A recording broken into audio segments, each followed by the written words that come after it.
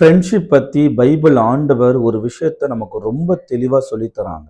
என்னன்னு பார்க்கும் பொழுது, கேடு விளைவிக்கும் நண்பர்களும் உண்டு. உன்னை உன் கூட பிறந்தவர்களை விட அதிகமாக அன்பு செய்யும் நண்பர்களும் உண்டுன்னு சொல்லிட்டு ஆண்டவர் சொல்லியிருக்கிறாரு. எதுக்காக அப்படி சொல்றாங்கன்னா, நமக்கு நிறைய அனுபவம் இருந்திருக்கும்.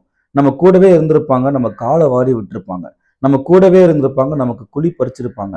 நாம அவங்களெல்லாம் நம்ம நண்பர்கள் நினைச்சிருப்போம். ஆனா அவர்கள் தான் கேடு விளைவிக்கக்கூடிய நண்பர்கள். அதே நேரத்துல நம்ம கூட பிறக்காதவனா இருந்திருப்பான். ஆனா நமக்கு நல்லது மட்டுமே யோசிக்கக்கூடியவன் நிறைய பேர் இருப்பாங்க.